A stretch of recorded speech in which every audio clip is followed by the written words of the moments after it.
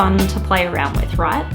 You can get a lot of cool effects with them if you use them correctly. But right now, there are a lot of different options out there, and sometimes it can be a bit daunting as to which one to choose. First up, this is a camera basics tutorial, so I'm not really going to delve into the real nitty-gritty of it. I am just going to brush over the basics so that you get a general idea about what frame rates are and how you can use them. So, a frame rate is how many frames your camera is capturing per second. The higher the number, the more you can slow it down in post when you bring it back down to a regular frame rate. Regular frame rates depend on your region. North America, South America, Japan, they use something called NTSC, which has a regular frame rate, a base frame rate of 30 frames per second. In Australia, Europe, parts of Africa, the UK, we use the PAL system, which is a standard frame rate of 25 frames per second. On top of this, there's also cinema, which has a frame rate of 24 frames per second, which often can't be found as a possible setting on your camera unless you have a cinema camera. But there are some exceptions. Now, when shooting at higher frame rates, it is recommended to use frame rates that are multiples of your base frame rate. So for instance, 25, 50, etc., 30, 60, etc., 24, 48, etc. But of course, you can shoot on any frame rate you like. You just need to be aware that the image may come out ever so slightly different because you're not getting exactly 1 frame per second. That often results in a slightly jittery image when you play it back. Going evenly also allows you to compensate a little bit easier for the light lost when you do change that frame rate so that it can match your other footage. It's all a stylistic thing though, so don't take anything I'm saying as actual rules.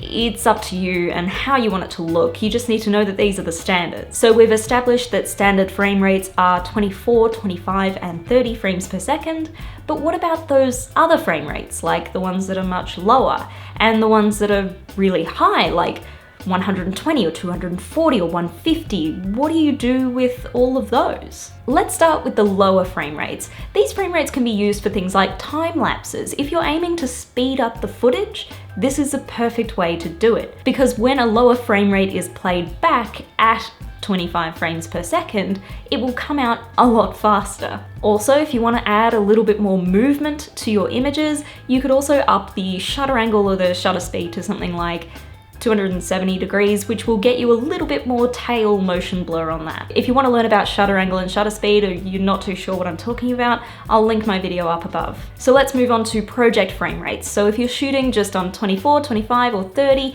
those sort of things are used for anything normal.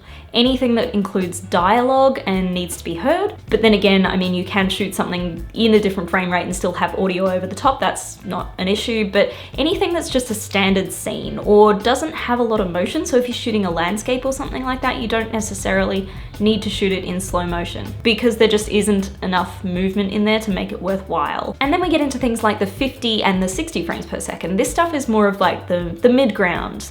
You do get closer with details with these sort of shots, but that's kind of like the everyday thing. So if you want to just slow it down a bit and give it a little bit more of a beautiful touch, you could use 50 or 60 frames per second, depending on your region, obviously, like I said earlier. It doesn't necessarily have to have dialogue over the top. It could just be capturing a moment, somebody clapping, somebody talking to another person, small details. You could even use 50 frames or 60 frames to soften the motion of a shot. And then we get into the extreme frame rates, so anything over 100 frames per second. These are useful for faster motion shots, so anything where you're like throwing a ball, somebody's running, anything with super quick motion and you want to slow it down to show the beauty of that shot. This sort of frame rate is also really useful for speed ramping if you really want it to amplify the beauty. Going from 25 frames per second up to 150 frames per second can really show off that one motion that you're trying to capture. Higher frame rates really do bring out the beauty in the shot if used correctly. These sort of higher frame rates don't really lend themselves to things without a lot of motion to them. So if you're filming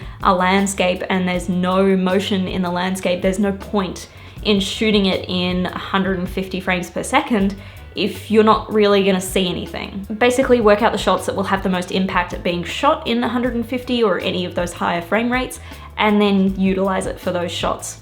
But you can also get almost scientific cameras. One of the bigger brands is Phantom. They make a selection of cameras that shoot frame rates up to like, I think it was 12,500, which is insane. But for that sort of stuff, I mean, you'd be using that for like machine process or explosions or chemical reaction. But I will leave an example of a music video below that was shot with one of these cameras and really utilized it to its full potential. So in summary, low frame rates are really useful for time lapses, and you can enhance that by changing your shutter angle. The project base rate depends on your region, and shooting on that project base rate will get you a normal looking shot with normal movement. Higher frame rates are useful for beauty shots or anything where you really want to pinpoint one certain motion. And they're also useful for speed ramps. So hopefully that's cleared a few things up for you for people who are still a little bit confused about which frame rate they should use for what. And if you do have any questions about it, leave them down below because I really do love talking to you. So thank you very much for watching. I hope you got something out of the video today, and if you did enjoy it, please remember to give it a big fat thumbs up. And if you would like to see more of my face